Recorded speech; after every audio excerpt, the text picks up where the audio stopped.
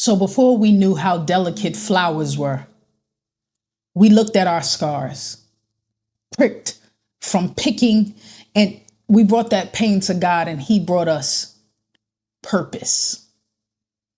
Welcome back to another episode of Eat, Don't Compete, and I am your host, Jasmine DeWeese. And before we get started, make sure that you press that subscribe button. I'm about to announce something very important and I don't want you to miss it. So press that subscribe button. Make sure that you share this episode and all the other episodes in the past with your friends and your family members. Don't gatekeep this information. Get in those comments and let me know what you think. Like, comment, and share. Okay, back to the show, guys. So today I want to talk to you a bit about my book. I have released a poetry book. Of course, this is the not for sale copy, but it's a hard copy poetry book entitled Picking Flowers and Pricking Thorns. We can get more into where that title came from and all those things. But this is, in fact, my second book, and I am excited to share it with you. It is a work of art, right? But before we get into the title and where that came from and all these things, I want to share with you some of the themes of this book and essentially encourage you to purchase the book. Not simply, I have a lot of supporters, but I would like to grow into the community that you're more than a supporter, right? Because supporters will buy one t-shirt because, she made a little t-shirt. So I want to support her. But continued family members, continued community, a continued tribe says that it truly doesn't matter. I'm in this with her. So I want to make sure that I grab my copy because I don't want to be out of the loop. So today we're going to talk a bit about the book and where it came from, the origin story, some themes within it, why it would be of interest to you in the first place. So here we are. I just read to you a sentence. Then that particular sentence is the working theme of the entire book. That sentence allows, hey guys, I have news. I wrote a book. So I want to kind of walk you through, where this book came from and ultimately why you should purchase it. So I didn't just write a book. This is, in fact, a poetry book. A book full of poems that really go into the tension of who I am as a person. And I think that tension is something that you can relate to, which is why I'm sharing it with you and didn't just, keep it in a journal. And I can honestly walk you through my why and, or even my testimony regarding that, but you have to tune into the podcast to hear a little bit more about that. But my why regarding this book, and at this time, the tensions that I wrestled with is beauty and brokenness. The contradictory places we find ourselves in more often than not, growth and loss. But the difference here is just finding out how important it is to include God in those contradictory areas of our lives and to not write him out of it. You see what I did there? But I found that I'm processing life through the lens of who I am in God and not just kind of compartmentalizing God. And I'm really proud of this work. I really am. Like I said, it's not just poetry. It's actually a journey, a process, a respect of process, not one of attempting to be perfect or attempting to perfect something that was never meant to perfect. It's just witnessing to you where I am and sharing with you who I am.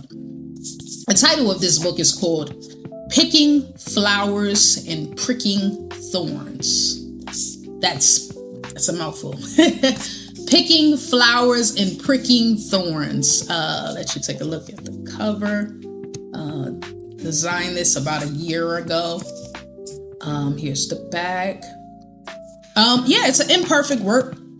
It's a collection of 50 poems. And for any artist, you know that is that is a lot of work. That is a lot of our heart, a lot of our artistry on the pages for you to look at and critique and do all the things that you do. In this, it's a 6-part book. It's, like I said, it's 50 poems, and it's taken through the journey of this one sentence. Before we knew how delicate flowers were, we looked at our scars, picked from picking, and brought that pain to God, and He brought us purpose. So it's a intricate story of becoming, if you will, within the medium of poetry. So I'm excited to be honest with you, to be vulnerable with you, to share and process with you. I am excited that this work will make a difference in someone's life, that this work will cause someone to open up to who God is and what God wants to do in their lives. You know, I went through a personal journey, and I think you can read that in these pages. It's only available in hardcover. I wanted to frame this in a way that you have an experience and not just something I've thrown together. And it's poetry about motherhood. It's a poetry about becoming. It's poetry about process. It's poetry about womanhood. It's poetry about the unknown. It's just a lot in this sense. And the interesting part is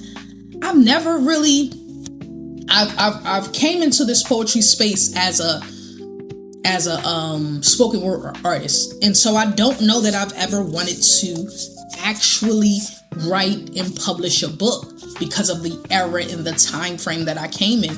But I am so excited that you guys get to share in this journey with me. I don't know what's next and where the Lord's going to take the poetry, but I've always experienced Him at a high level when I'm able to be the artist that I know He's called me to be.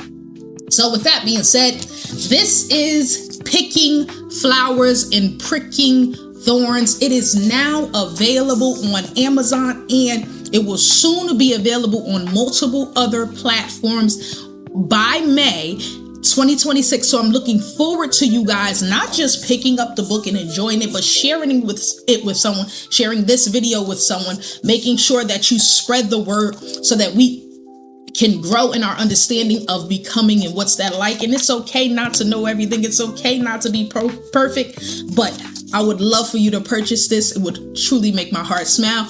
Picking Flowers and Pricking Thorns, Poems for the Soul. I'm looking forward to hearing what you think about the word. So the sentence that I crafted, it actually outlines what I'm referring to, what I'm talking about throughout the book, because it takes you through a beautiful journey of poetry, not just 50 slapped together pieces in hopes that you might find one that you like. No, I was intentional about how I crafted this book.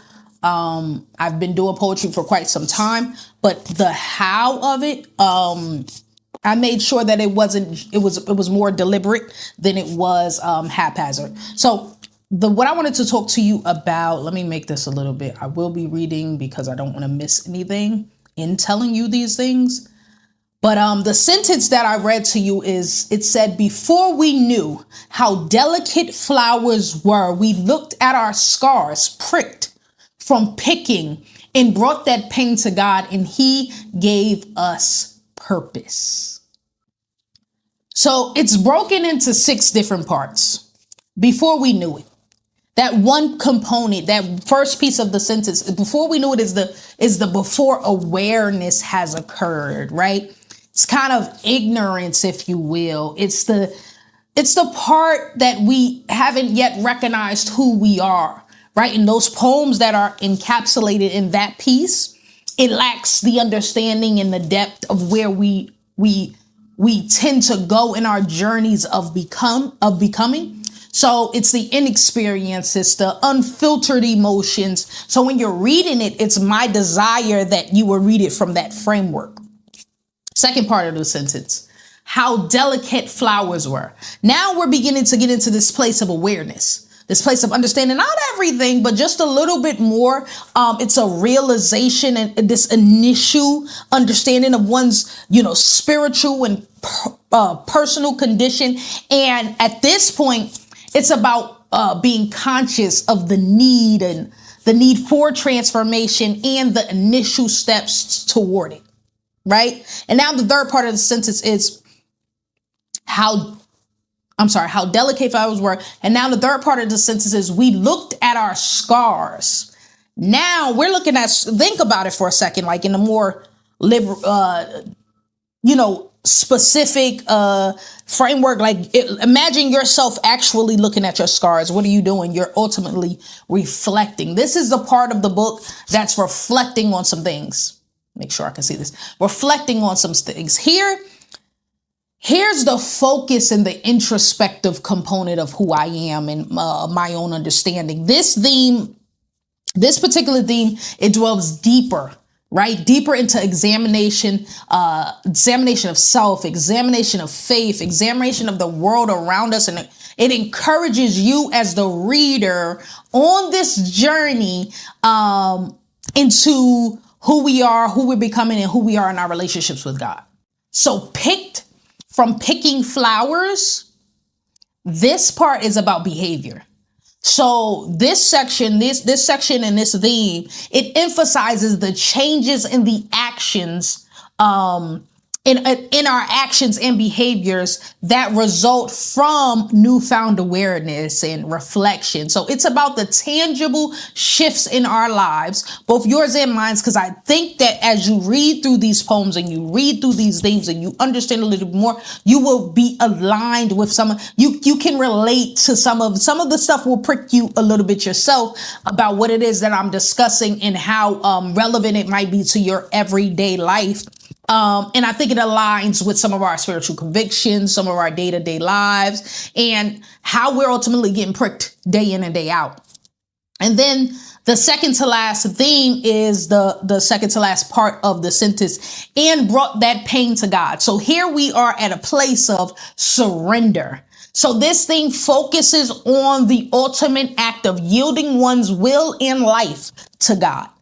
Emphasizing trust, emphasizing faith, and emphasizing letting go. It's about the peace and the strength found in surrendering control to God's greater plan for all of our lives. And then the last part of this thematic sentence is, and he gave us purpose. So the key word there is purpose. The purpose and the final theme of this particular book, this theme centers around discovering and living out one's God-given purpose. Because in all the journey that we've taken, we want to arrive somewhere, right? And we want to arrive at a place of purpose based upon the journey that we took and based upon what God has for our lives. And it's about aligning actions, passions, and life direction with divine intent and reflecting mature faith and fulfillment. So I wanted to read that to you guys because I wanted to make sure that I was able to convey the full messaging of why I wrote this book in the manner that I did. I won't be able to read through all poems and things like that, but I did want to open it up with that understanding about why I wrote this book, why I wrote this book the way I wrote this book. So let's get to why I wrote this book in the first place. I, about 2024, I'm beginning to get into my word more, and I'm beginning to build a more in-depth relationship with Christ. And in doing so, I realized that I'm beginning to feel a lot more convictions. And so in feeling these convictions, I'm just like, I get this conviction about spiritual gifting. And if you know anything about me, you know that one of my spiritual giftings is artistic. I'm artistic, and particularly in the way of poetry. I began writing poetry very young. Poetry began as journal entries. Then I was introduced to Maya Angelou, and those journal entries turned into poetry. And it was primarily about a coping mechanism, coping with some of the things that was happening around me, trying to make have some sort of an understanding of working out my emotions, and learning a bit of emotional intelligence through having a way to get everything out. And, as time went on and I began to dive a little bit more into the spoken word, that's kind of my era more so than poetry. So this book in and of itself is really new to me, because if I'm being honest, I never really had a desire to write a book, but we'll get there. And so 2024, fast forward 2024, I get this revelation from God. It's revelation and conviction all wrapped in one. And I realized how much I was disrespecting my spiritual gifting of being poetry. And why? Because I said something like, I never want to be a starving poet. Like, I like the art. I love it all, but I don't want to be a starving poet. And because I didn't want to be, I would do the poetry I was asked to do. I get the applause that I usually get, and I walk off. And I do the poetry quite simply because the gift was given to me. So it does come a bit simpler. But at the same time, I just was if I say, that's just poetry, like I'm saying I'm disrespecting the gift, but ultimately I'm disrespecting the giver. So God convicted me in understanding that I gave you this gift. What you do with this gift is not primarily based on your feelings. It's not based on, no. I gave you this gift, so I ought to be using it. So in doing that, we go on vacation, and I don't say this to brag, but I'm just writing. I'm writing multiple poems. So a majority of these poems were written upwards of 2 years ago. And I began to write it, and I had all these other avenues I wanted to take with poetry, because now I'm convicted, and I don't want to be, disrespecting the gift, and I'm zealous, I want to run. And God slowed me down, and here we are today with picking flowers and pricking thorns. Remind me to tell you the story of the subtitle of Poems for the Soul, but we're not going to go there today. It's a funny story though. So nonetheless, I ended up going down this route of, writing a book. And, when it comes to poetry, like I said, I came through the spoken word era, that spoken word times where you on a mic and you ultimately performing. And, I didn't do slams. That's just not my bag. And I stay in my own lane. But when it came to poetry and I knew that I wanted to go to school, I began to study poetry. I had never studied poetry in my life. I never studied Maya Angelou. I loved her, but I never studied her. It wasn't even until my adulthood that I actually received a book of hers. I remember talking to a girlfriend, and I was like, yeah, I realized I don't even have a single poetry book. Like, I didn't enjoy reading poetry per se. I enjoy hearing it. I enjoy the performance because I enjoy rap and the coincide of the two. So yeah, I'm going on and on and on. What we have here is we have the book in full. We have here's the front cover of the book. I designed it myself. I'm pretty proud of it. One of the things that God oftentimes does with me is He'll give me this cover, and a cover or the visual design of something before I ever complete whatever the project may be. I remember receiving this in the mail, and I was exceptionally happy about, this particular product because of where I am in life and some of my internal challenges and things of that nature. So it really just was a full circle moment for me. I'm going to read the back cover and what it says, and then we'll close with a piece from the book. I'm going to read it from the screen because, this is the not for sale version, and I have a sentence that I do not want to be struggling with online. So it says, in picking flowers and pricking thorns, that's a mouthful, Jasmine DeWeese gathers some of her most intimate pieces and vulnerably displays them before you like art on the walls of a museum. hoping you would enjoy the tapestry of her heart beating outside of her chest. Her work isn't just poetry. She stands firm in the complexity of this raw intersection of beauty and brokenness. In these pages, you will witness a testimony of survival, a meditation on identity, and a declaration of faith amid vulnerable yet relatable challenges. She intrinsically weaves through the familiarity of struggle, identity, and survival, creating connective tissues between her flowers and our thorns, or her thorns and our flowers. So in her debut poetry collection, Deweese structures this work into 6 parts, formed by a single unfolding sentence. Before we knew how delicate flowers were, we looked at our scars, pricked from picking, and brought that pain to God, and he gave us purpose. So each section, it carries the reader through a progression from unawareness to understanding, from wounding to survival, to surrender, from survival to purpose. This collection is an invitation to witness what it means to bleed, to bloom, and to believe. So, guys, I really appreciate you guys tuning in today. We are, in fact, going to close with a piece from the book. And that piece is called, where we gonna go? Where we gonna go? Yeah. So we decided to go with a piece that is lunged right in the middle of the book. And I'm not going to, let me see where I could get it from. Yeah, let's get it.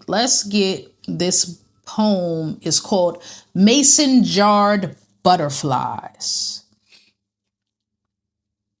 Mason Jarred Butterflies.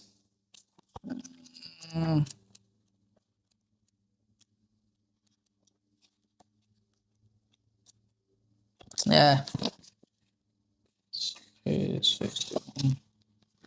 Okay. Mason Jarred Butterflies.